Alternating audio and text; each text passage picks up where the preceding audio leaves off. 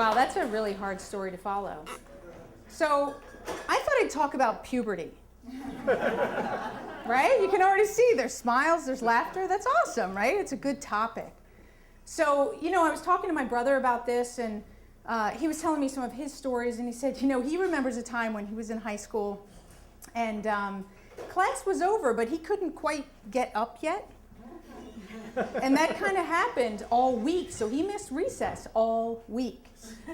So I'm sure you've had your stories about puberty and, some of those glorious days.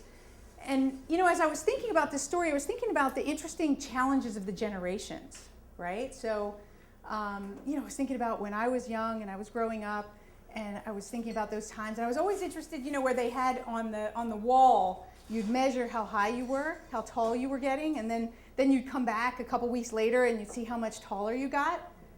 Well, to my surprise, my kids are measuring very different things. So they're kind of sharing with me, what's going on with their chia pet. They're like, I got 3, I got 5, look, I got 17.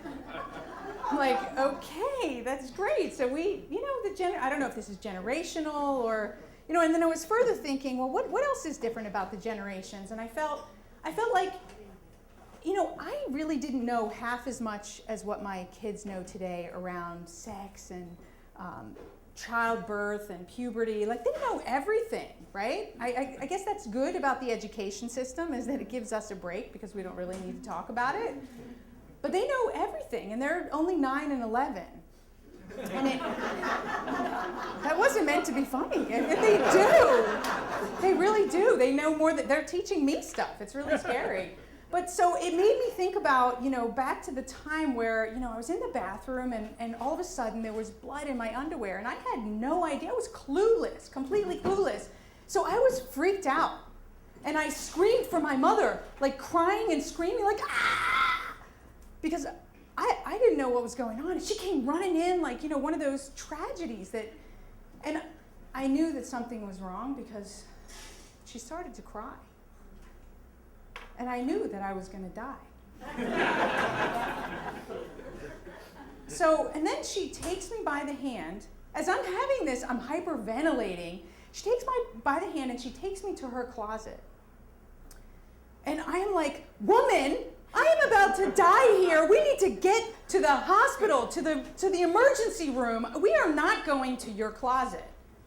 Because, she's still crying. She's getting herself under composure. But I'm like hyperventilating. I'm like, we need to do something here before I die.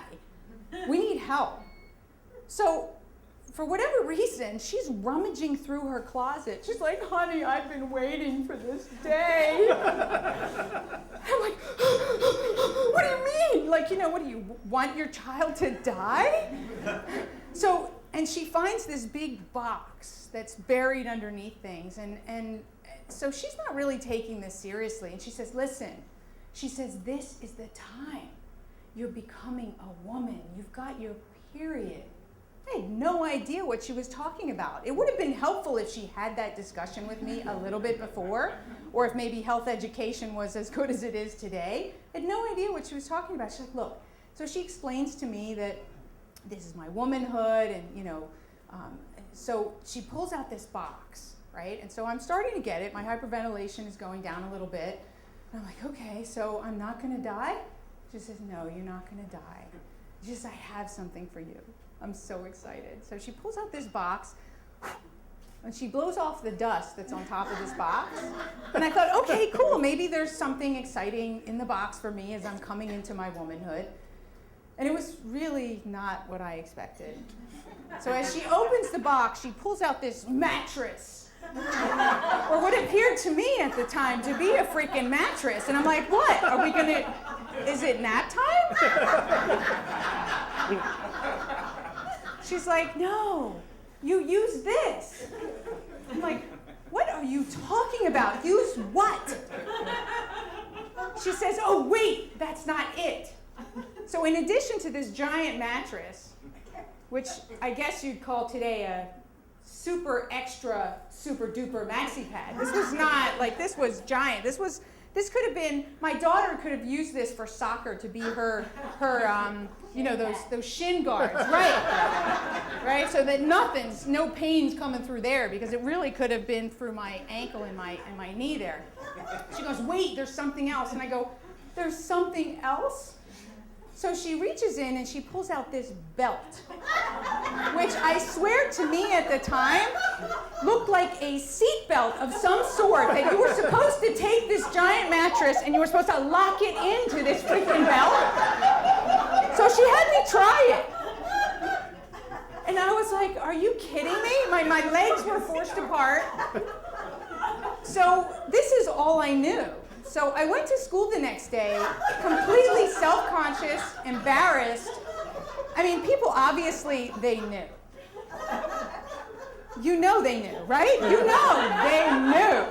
Because you'd have to be like the Michelin Man for them not to know what's going on under there. So like, I'm like waddling class to class because I can't, my legs are forced apart and I feel like a baby's full diaper is in the middle of me. And I'm waddling class to class, and I'm like, this cannot be an existence of womanhood. So, you know, I shared this with my friends, and they're like, oh yeah, we got our period months ago.